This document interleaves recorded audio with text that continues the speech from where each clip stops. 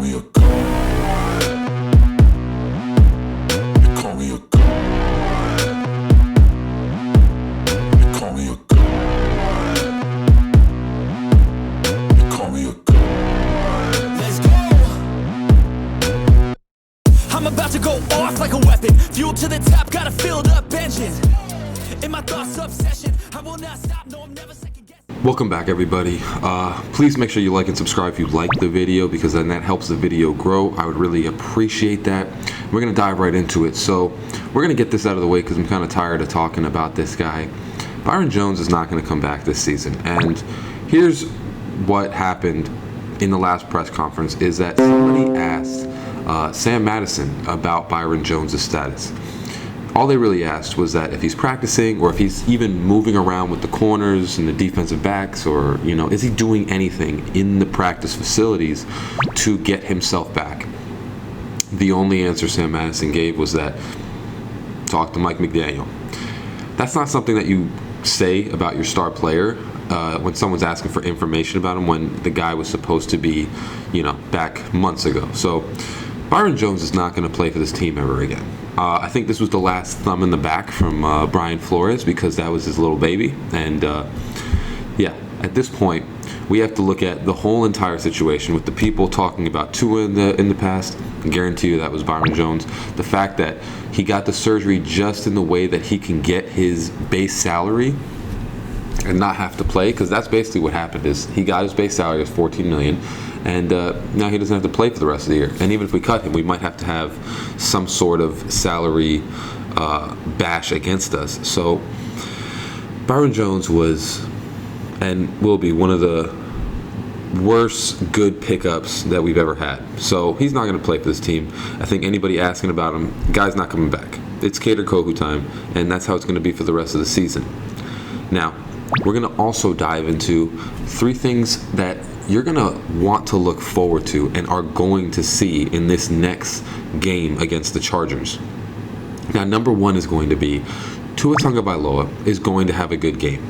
He came off rusty from the bye, and both games that he came off rusty, which, again, I even said that he played like hot garbage. He came off rusty and had basically 300 yards in both the games. One of them against the 49ers defense, which is number 1 in the league.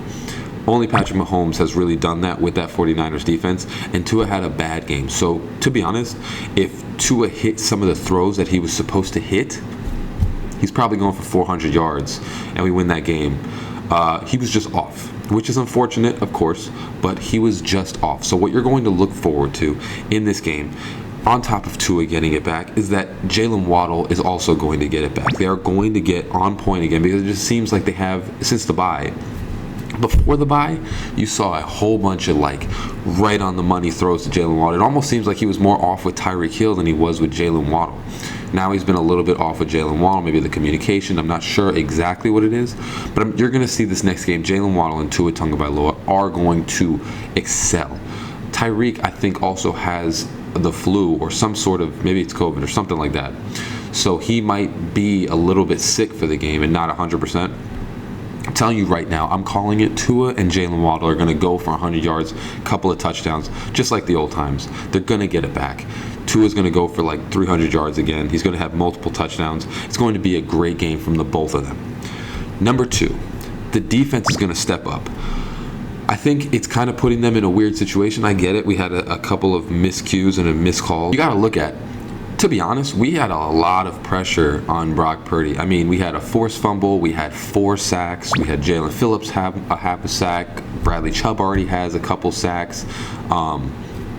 We had a lot. We have an interception. I mean, we got a lot of takeaways. It's just the problem was our offense really couldn't move the ball this game, and that was the problem. So what you're going to see in this next game is that Justin Herbert just likes to throw the ball, and the problem with that is sometimes he just slings it and the other team catches it.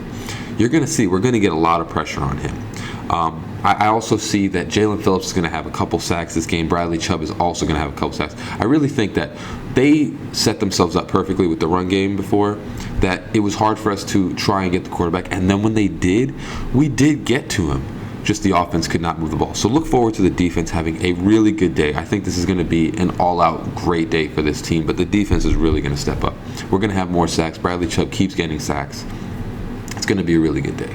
And number 3, it's not like we weren't doing well when we ran it. So what is funny is that Raheem Mostert went and rushed 7 times for 30 yards. I mean, that's pretty decent against the 49ers. I mean, you can calculate that if he had 15 more rushes, probably 80 yards, maybe closer to 90. It's not like we had a bad day rushing. It's just the problem is I don't know what happened with Mike McDaniel. He just stopped running the ball. He didn't run. And it's weird because Tua was having a bad day, so you would feel like maybe we should start running the ball a little more because passing isn't working. He just stopped. So what you're going to see this next game is I think Mike McDaniel is also going to look over the film and see that you had 8 rush attempts. And it's not like it wasn't working. It's not like we got stopped behind the line of scrimmage. We had decent runs. We even had one that got called back. We're going to start running the ball again. We're going to run the ball 15 to 20 times. We're going to get that even balance that we used to have. I think everybody kind of panicked on this game. The coach, the players. I think a lot of people just, I don't know what the emotions were, but everybody was just overwhelmed and was trying to do too much. And instead of just doing the game plan, including the coaches, they just tried to finagle things and make it work. And that was wrong.